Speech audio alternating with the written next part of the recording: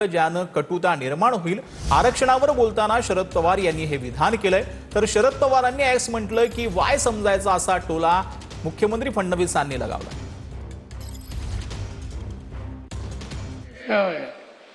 यांना आदिवासीचं स्थान दिलेले आज महाराष्ट्रामध्ये त्या संबंधीची मागणी बंजारा समाजातून हिरे यांच्यामधून सुरू झालेली आणि दुसऱ्या बाजूला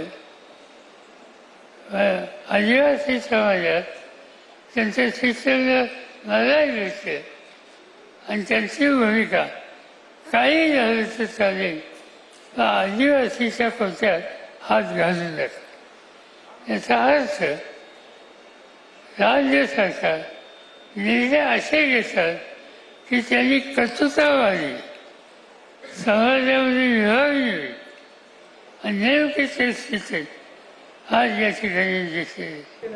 आपल्याला माहिती आहे पवार साहेब कशा करता प्रसिद्ध आहेत। पवार साहेबांनी एक्स म्हटलं की वाय समजायचं याकरताच पवार साहेब प्रसिद्ध आहेत। त्याच्यामुळे मोठे नेते आहेत त्यांच्यावर अधिक काय बोलू।